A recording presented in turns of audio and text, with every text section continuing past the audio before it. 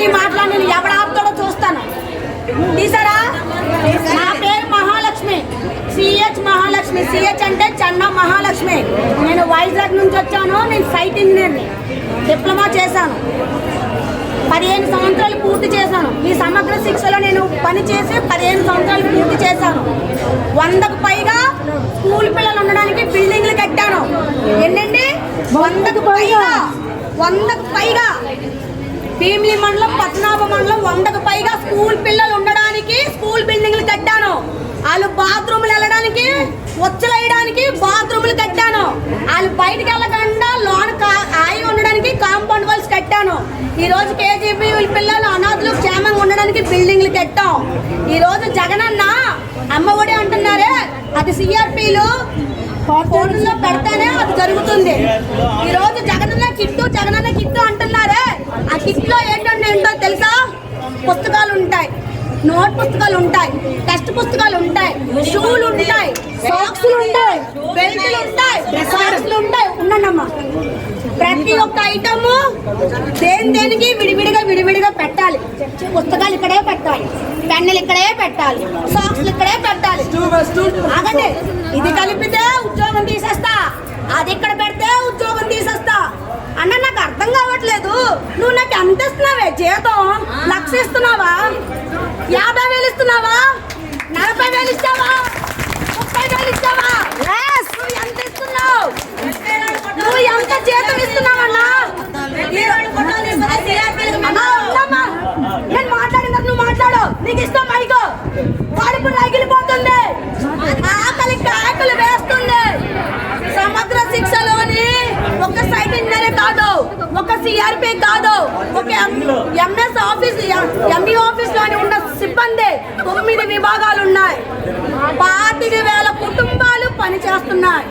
అన్నా, నువ్వు నాడు నేడు గొప్పగా చెప్పుకుంటున్నావు, అమ్మ ఒడిస్తున్నానని గొప్పగా చెప్పుకుంటున్నావు. జగనన్న గోరుముద్ద అంటున్నావు, చక్కీ అంటున్నావు, గుడ్డు అంటున్నావు, గాడిద గుడ్డు అన్నావు. ఇవన్నీ ఎవరు చేస్తున్నారు? నువ్వు లక్షల జీతాలు టీచర్లు చేస్తున్నారా?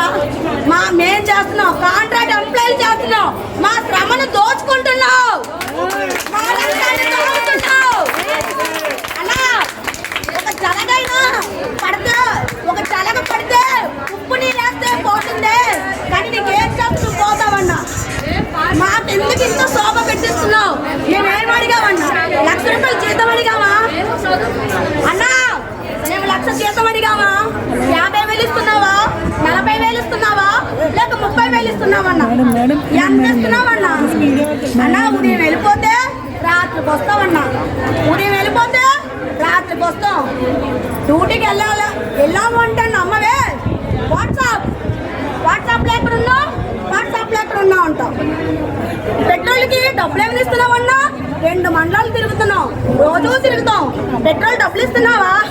మా పిల్లలకి పోని జగనన్న అన్నావు, మా పిల్లలకి మేనమామ అన్నావు. నువ్వు అమ్మ కూడా ఇచ్చావా? మాకు ఇల్లు ఇచ్చావా? రేషన్ కార్డు ఇచ్చావా? ఆరోగ్యశ్రీ ఇచ్చావా? ఏమి ఇచ్చావన్నా?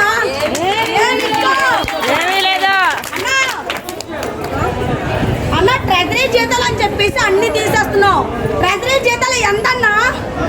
14,000 లేక 22,000. 22,000 జీతం ఇచ్చి మమ్మల్ని ఇలా రోడ్డు మీద నిల్చోబెడతావా అన్నా? నేను విజయవాడ రావడానికి నా దరిద్రం ఉల్లిపాయలు కొంటున్నాను బాబోయ్. పోలీస్ అన్నా, పోలీస్ అక్క నన్ను వదలండి, ఉల్లిపాయలు కొనడానికి వచ్చాను బాబోయ్.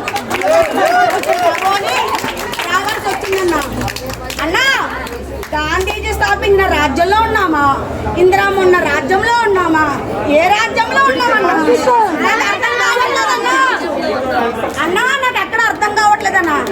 కానీ ఒకటి జగనన్న, మాట ముందు అన్నా అంటున్నాను, మాట వెనక అన్నా అంటున్నాను. నేను ఎంత ఫ్యాన్ ఒకసారి ఆలోచించు. నేనే ఓటైన అంటున్నానంటే టీడీపీ వాళ్ళు ఇంకేం ఓటేస్తారన్నా? నీకు ఎవరు ఓటేస్తారన్నా? ఇంతమంది ఆడోళ్ళు ఏడుస్తున్నారే, 16 రోజుల నుంచి సమ్మె చేస్తున్నామే, జీతాలు లేవు, క్రిస్మస్ చేసుకోలేదు, న్యూ ఇయర్ చేసుకోలేదు. అక్క చెల్లెలు మేనమామ, మా పిల్లలకి మేనమామ అంటావు. నువ్వెక్కడ మానమావే? నువ్వెక్కడ మానమావా? పులివెందులు వెళ్ళి కేక్ కట్ చేసావు మీ నాన్నగారు సమాధి దగ్గర. మా ఆకలి ఎవరు తీరుస్తారన్నా? మాకు అన్నం ఎవరు పెడతారు? 4 నెలల జీతాలు లేవే, మా ఆకలికి ఆకలి నీకు వినిపించట్లేదా, మా ఆవేదన నీకు అర్థం కావట్లేదా, నా రోదన నీకు అర్థం కావట్లేదా? ఇది ఎక్కడ అన్యాయం? ప్రతి మాట మీడియా మిత్రులకి లోనికి రావనివ్వట్లేదు. ఓకే, ఎస్పీడీ ఆఫీస్కి వెళ్ళనివ్వట్లేదు, పాకిస్తాన్ వాళ్ళని కాబట్టి. పాకిస్తానీ ఆంధ్ర బోర్డర్లని దత్తరిల్లిపోవాలి.